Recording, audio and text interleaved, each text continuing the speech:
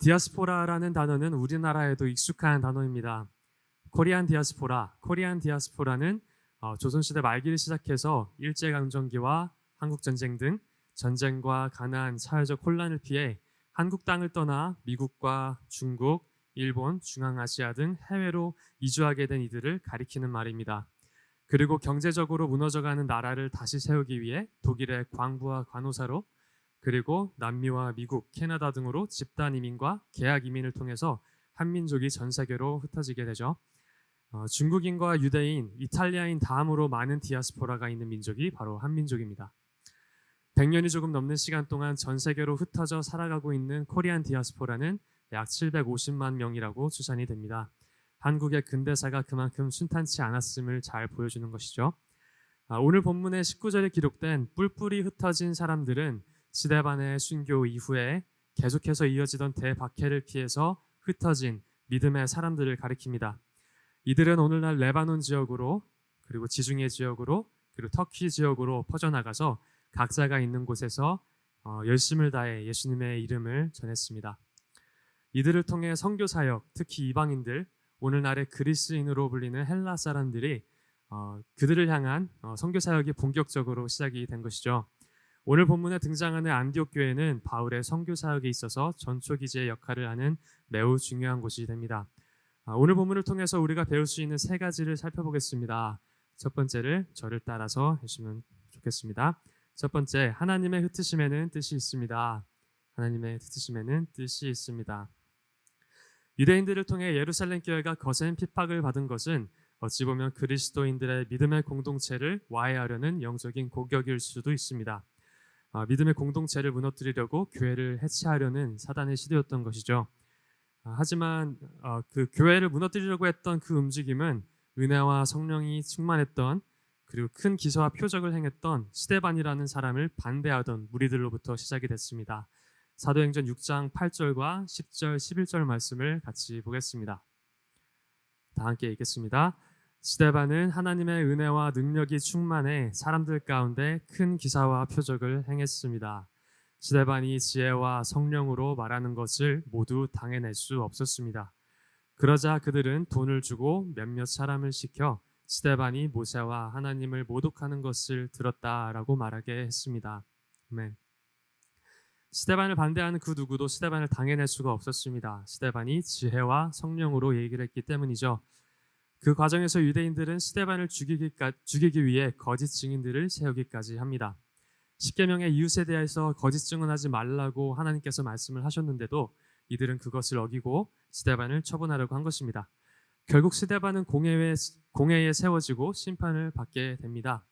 이때 돈을 받은 자들이 거짓 증언을 계속하고 공회에 앉아있던 모든 사람들이 스데반을 주목을 하는데 6장 15절의 말씀을 같이 보도록 하겠습니다.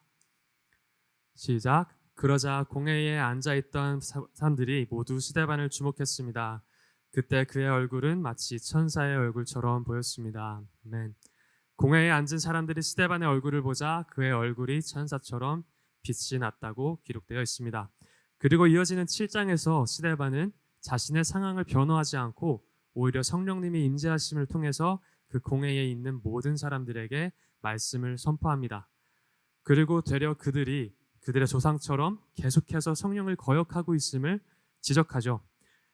결국 공회에 있던 유대인들은 이를 갈면서 귀를 막고 목이 찢어져라 소리를 지르며 그에게 달려들었고 그를 성 밖으로 끌어내고 돌을 던지기 시작합니다. 스데반은 그렇게 순교를 합니다. 스데반은 진리를 선포했으나 유대인들은 그것을 신성 모독으로 여기면서 극도의 분노를 표출한 것이죠. 예루살렘 교회는 이러한 험한 핍박을 받고 있었습니다. 그런 결과로 많은 믿는 사람들이 뿔뿔이 흩어지게 됩니다. 성난 군중에 의해 쫓겨나듯 도망친 그들을 보면 안타깝습니다. 그들의 믿음 때문에 그들의 삶의 터전에서 쫓겨난 것이니까요. 하지만 어쩌면 예루살렘 교회 성도들이 겪었던 대핍박은 그들의 믿음이 더욱 굳세어지도록 하는 기폭제 역할을 했을지도 모릅니다.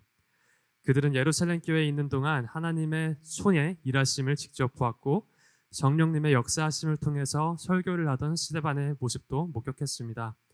비록 그들이 유대인들로부터 받은 엄청난 핍박으로 인해 흩어지게 되지만 예루살렘 교회에서 그들이 보고 겪었던 일들은 하나님의 복음을 전해야만 한다는 강한 열정에 불을 지피게 한 것입니다.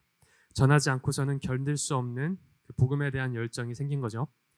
8장 2절의 말씀을 보면 경건한 사람들에게도 스데반의 순교는 매우 슬프고 힘든 일이었다고 기록되어 있습니다. 그런 슬픈 일을 겪었음에도 그들은 낭망하지 않고 오히려 뿔뿔이 흩어져서 자신이 있는 곳에서 복음을 선포했습니다. 그리고 그들에게는 하나님의 능력이 함께했습니다. 예를 들어 사도행전 8장에 흩어진 이들 중 한 사람이 바로 빌립이라는 사람인데 성경에 따르면 그가 복음을 전했던 곳곳마다 더러운 귀신들이 찢어질 듯한 소리를 지르며 떠나갔고 중풍 환자들과 지체 장애인들이 낫게 되었다고 기록합니다. 그리고 8장 8절의 말씀을 보면 사마리아 도시 안에 그로 인해서 큰 기쁨이 생겼다고 기록하고 있습니다. 그리스도를 믿는 사람들은 비록 핍박과 고난이 있을지라도 그것으로 인해 흩어지게 될지라도 오히려 그들로 통하여서 고통과 슬픔으로 억눌려 있던 도시에 기쁨을 줄 수 있습니다. 오늘 말씀을 듣는 모든 분들도 하나님이 여러분들을 흩으실 때 빌립처럼 여러분이 가게 되는 모든 도시에서 하나님의 말씀을 선포하며 기쁨을 회복시키는 그러한 역사가 있기를 축원합니다.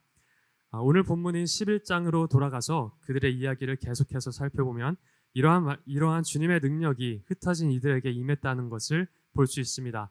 11장 21절의 말씀을 함께 보겠습니다.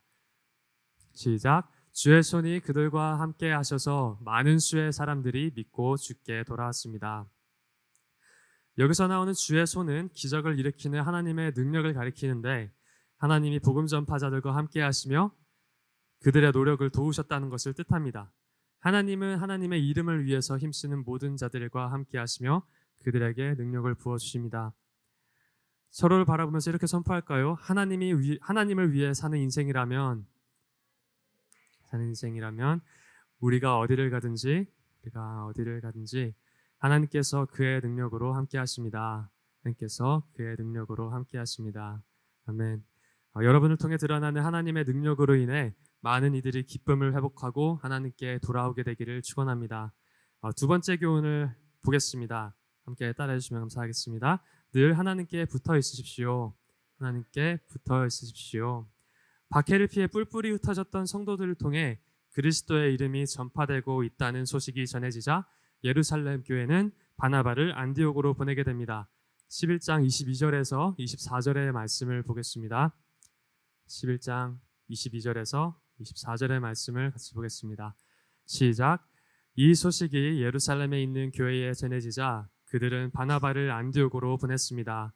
바나바는 안디옥에 도착해 하나님의 은혜가 내린 것을 보고 기뻐하며 온 마음을 다해 주께 끝까지 충성하라고 그들 모두를 격려했습니다.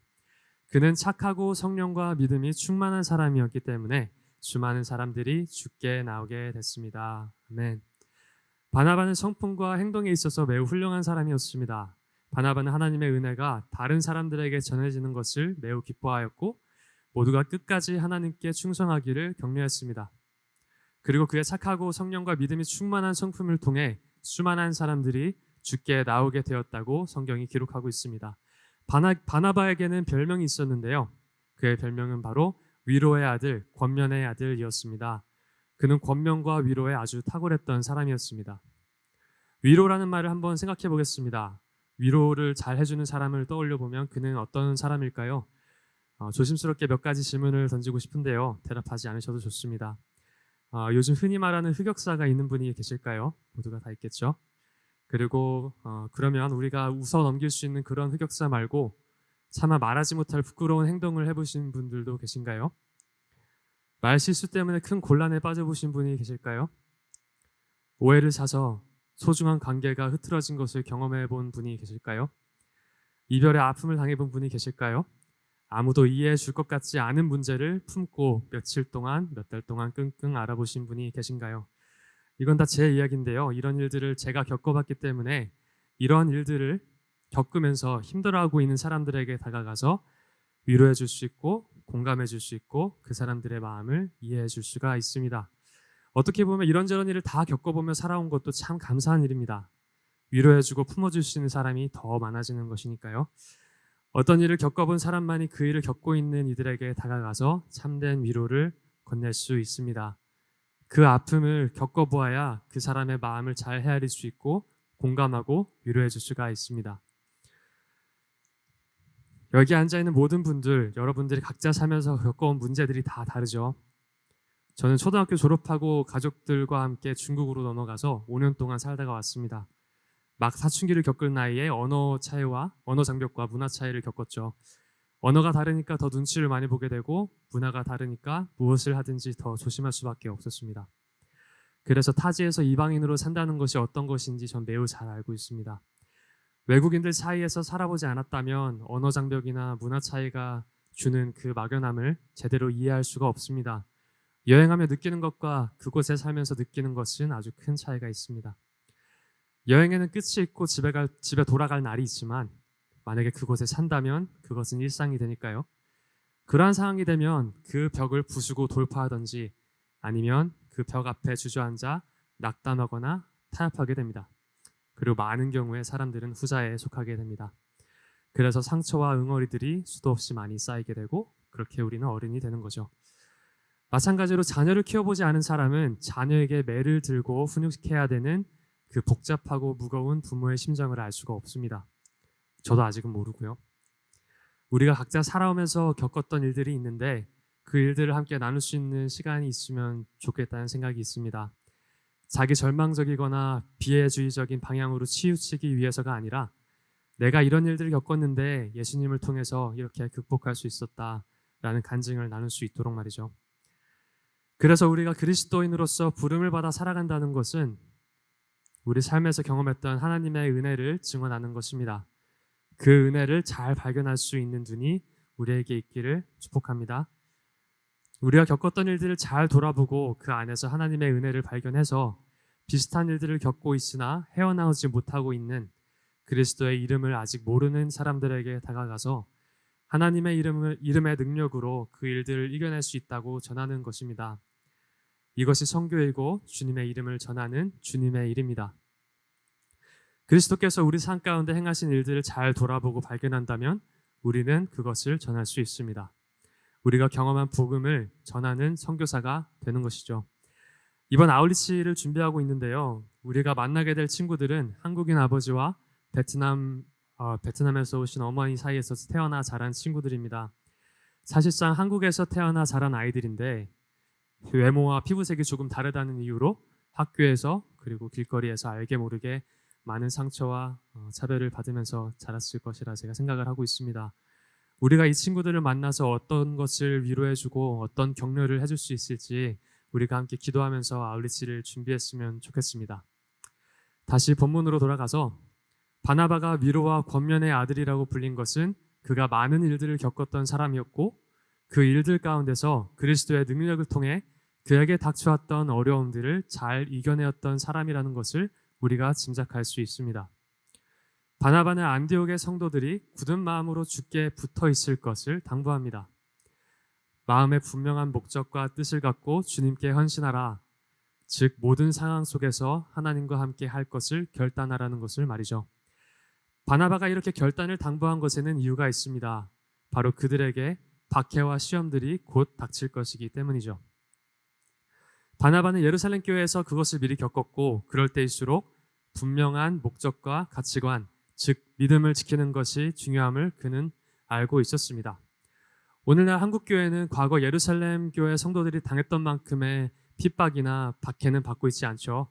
하지만 오히려 우리는 우리에게 닥치는 시험 때문에 스스로 무너지는 경우가 더욱 많습니다. 우리는 어떤 시험에 부딪힙니까? 우리가 청년의 때를 살면서 우리가 나태함에 부딪히고 자기 중심적인 사고, 음란함, 탐욕 등 인스타나 유튜브, 술이나 유흥문화, 사회적인 분위기, 심지어 요즘 큰 이슈가 되고 있는 마약 문제에 이르기까지 우리는 우리의 마음을 무너뜨리고자 하는 요소들이 넘쳐나는 시대에 살고 있습니다. 우리는 정말 우리 마음을 지키기 어려운 시대에 살고 있어요. 과거 그리스도인들이 유대인들이나 타 종교를 따르는 사람들의 핍박으로부터 견뎌야 하는 시대에 살았다면 우리는 스스로의 죄성과 우리의 욕구와 싸우는 시대에서 살고 있습니다. 초대교회 성도들은 서로를 한 몸과 같이 섬기고 서로를 위해 베푸는 등 그들의 선하고 구분된 행실을 통해 다른 사람들과 구분되어 드러났고, 사람들은 이들을 가리켜서 크리스천, 그리스도의 사람이라고 불렀다고 성경이 기록하고 있습니다. 그렇다면 우리는 이 시대를 살아가는 사람들 속에서 어떻게 구분되어 드러날 수 있을까요? 이렇게 구분되어 드러날 수 있는 아주 좋은 기회가 선교와 구제 사역을 할 수 있는 아울리치 시간입니다. 안디옥으로 파송된 바나바라는 인물은 성령과 믿음이 충만한 자라고 묘사가 되어 있는데, 이는 성령과 믿음이 그의 언어와 사고, 표정, 삶을 통해 외적으로 넘쳐났음을 의미하고 있습니다. 안디옥에서 일어난 부흥의 주체는 하나님이시지만 바나바와 같은 성령의 사람을 통해 교회가 직접적으로 좋은 영향을 받아 부흥케 된다는 것을 오늘 말씀을 통해서 우리가 볼 수 있는 것이죠. 마찬가지로 우리가 아울리치를 가서 섬길 때 우리의 언어와 표정과 사고, 그리고 우리의 섬김을 통해서 아이들이 하나님을 더 깊이 만나게 되고 하나님을 더 깊이 경험하게 되는 기회가 되도록 우리가 기도를 쌓으면서 아울리치를 준비했으면 좋겠습니다. 그리고 우리가 먼저 우리 삶에 역사하고 계신 하나님을 알아보고 하나님의 은혜를 기억하게 되기를 소망합니다. 그 은혜를 기억해야 우리가 베풀 수 있기 때문입니다. 서로를 바라보며 다시 한번 이렇게 얘기하겠습니다. 하나님의 은혜를 기억합시다. 하나님의 은혜를 기억합시다. 세 번째 영적 교훈을 보겠습니다. 따라하겠습니다. 하나님은 나의 모든 모습을 사용하십니다. 하나님은 나의 모든 모습을 사용하십니다. 11장 25절에서 26절까지의 말씀을 같이 보겠습니다. 25절에서 26절까지의 말씀입니다. 시작. 그리고 바나바는 사울을 찾으러 다소로 가서 그를 만나 안디옥으로 데리고 갔습니다. 그리하여 바나바와 사울은 1년 내내 그곳 교회에 머물면서 많은 사람들을 가르쳤습니다. 그리고 안디옥에서 제자들은 처음으로 그리스도의 사람들이라고 불리게 됐습니다. 놀랍게도 바나바는 사울을 찾으러 갑니다. 안디옥 교회에서 같이 사역할 동역자로 사울을 선택하고 그를 찾으러 갑니다. 아무리 사울이 하나님의 환상을 경험하고 극단적으로 회심을 하게 된 사람이지만 그는 스데반의 죽음을 바로 앞에서 지켜보았고 주의 제자들을 위협하며 죽일 기세로 쫓아다녔던 사람입니다. 그리고 심지어 8장 1절에는 사울이 스데반의 죽음을 마땅히 여기더라 라고 기록되어 있을 정도였고요. 그럼에도 불구하고 바나바가 사울을 찾아갔던 이유는 무엇일까요? 그것은 바로 사울이 회심을 경험했던 사람이었기 때문입니다. 매우 율법주의적인 유대인이었던 사울처럼 안디옥 교회가 있던 곳은 헬라인들의 철학과 문화가 아주 뿌리 깊게 박혀있던 곳이었습니다. 여기서 사울이 필요했던 이유는 회심을 경험했던 사람으로서 다른 사람들에게 복음을 전하는데 그들을 설득할 힘이 사울에게 있었기 때문이죠. 그렇게 사울은 바나바와 함께 1년간 안디옥 교회에 머물면서 사람들을 교육시켰고, 그들이 교육시킨 사람들은 헬라인들로부터 그리스도의 사람, 즉 크리스찬이라고 불리게 됩니다. 이전에 스데반의 이야기를 보면서 그들에게 선포되는 진리를 보며 이를 갈며 들을 정도로 사람들의 마음을 분노케 한 것을 보았습니다. 그런데 안디옥 교인들이 1년간 바나바와 사울로부터 충실히 믿음에 대해서 배우고 그리스도의 사람이 되었다는 것은 그들의 믿음이 신실하게 세워졌다는 것을 뜻하죠. 바나바의 선하고 성령 충만한 성품과 앞서 회심을 경험하여 변화된 사울의 그 설득력이 안디옥 교회에서 많은 열매를 얻도록 한 것입니다. 여러분도 하나님의 일을 경험할 때 바나바와 같은 사울과 같은 동역자가 되고 그런 동역자를 얻게 되기를 축복합니다. 이처럼 우리에게 감추고 싶거나 부끄러운 과거가 있을 수 있지만 하나님이 만져주시면 우리의 경험은 버릴 것이 없게 됩니다. 과거 자신의 모습 때문에 위축되고 묶여있는 사람들이 있다면 예수 그리스도의 이름으로 자유케 되기를 선포합니다. 우리 과거의 일들을 통해 더 많은 사람들을 위로하고 감싸줄 수 있는 우리가 되기를 소망합니다. 서로를 바라보면서 한 번 더 선포하겠습니다. 하나님의 선하신 뜻을 믿습니다. 하나님의 선하신 뜻을 믿습니다. 아멘. 네, 말씀을 정리하도록 하겠습니다. 그리스도인으로 산다는 건 어떤 걸 의미할까요? 바로 성령 충만한 삶을 사는 것을 뜻합니다. 성령 충만한 사람은 언제나 하나님의 섭리와 주권을 믿는 사람들입니다. 만물을 창조하시고 모든 시간과 사건을 주관하시는 하나님께서 우리의 인생을 선한 길로 인도하심을 믿는 사람들이죠. 그런 사람들은 인생의 모든 순간에도 평안할 수 있습니다. 자신에게 소리를 지르며 돌을 던지던 그 군중들 앞에서도 평안했던 스데반처럼요. 그리고 그리스도인은 어떤 상황에서도 하나님의 복음을 전하는 사람입니다. 예루살렘 교회에서 흩어진 믿음의 사람들은 새로 정착한 그곳에서도 예수님의 이름을 감추지 않았습니다. 그렇게 핍박을 받았고 그들이 사는 곳에서 쫓겨날 정도였다면 그들의 정체를 숨기고 살 법도 한데 말이죠. 그만큼 그들이 경험한 예수님의 능력은 전하지 않고서는 견딜 수 없는 그들에게 가장 중요한 것이었습니다. 여러분의 삶 속에서도 그러한 체험이 있기를 소망합니다. 그리고 그들이 전했던 그리스도의 사랑과 구원의 메시지는 그 당시 가장 철학과 사상적으로 크게 발전해 있었던 안디옥 사람들을 움직였습니다. 가장 문란하고 타락한 문화에 젖어 있던 안디옥 사람들이 마음을 변하게 한 것입니다. 이것을 통해 우리가 볼 수 있는 것은 예수님의 이름은 그 어떤 심오한 철학이나 사상보다도 심지어 쾌락보다도 사람을 움직이는 절대적인 힘, 절대적인 권세가 있다는 것입니다. 예수님께서 진리가 되십니다. 이 사실을 믿으시기를 바랍니다. 혹시나 원치 않게 주님이 여러분을 흩으실지라도 여러분이 가는 모든 도시에서 주님의 이름을 선포하고 그로 인해 그 도시의 기쁨을 회복시키는 역사가 있기를 축원합니다. 늘 하나님의 은혜를 기억하고 낙담하지 않기를 소망합니다. 여러분의 삶 가운데 늘 역사하고 계시는 하나님의 은혜를 바라볼 수 있는 영적인 눈을 갖게 되기를 소망합니다. 늘 성령 충만하여 사람들에게 위로가 되고 사람들을 주님께로 돌이키는 삶을 살아가길 축복합니다. 더 이상 과거의 문제 때문에 위축되지 말고 우리의 부끄러운 과거를 통해 일하실 하나님의 놀라우신 은혜와 섭리를 기대하며 살아가기를 축복합니다. 예수님의 이름을 붙들고 살아가는 모든 분들에게 주님의 능력이, 주님의 위로가 체험케 되는 은혜가 있기를 예수 그리스도의 이름으로 축원합니다.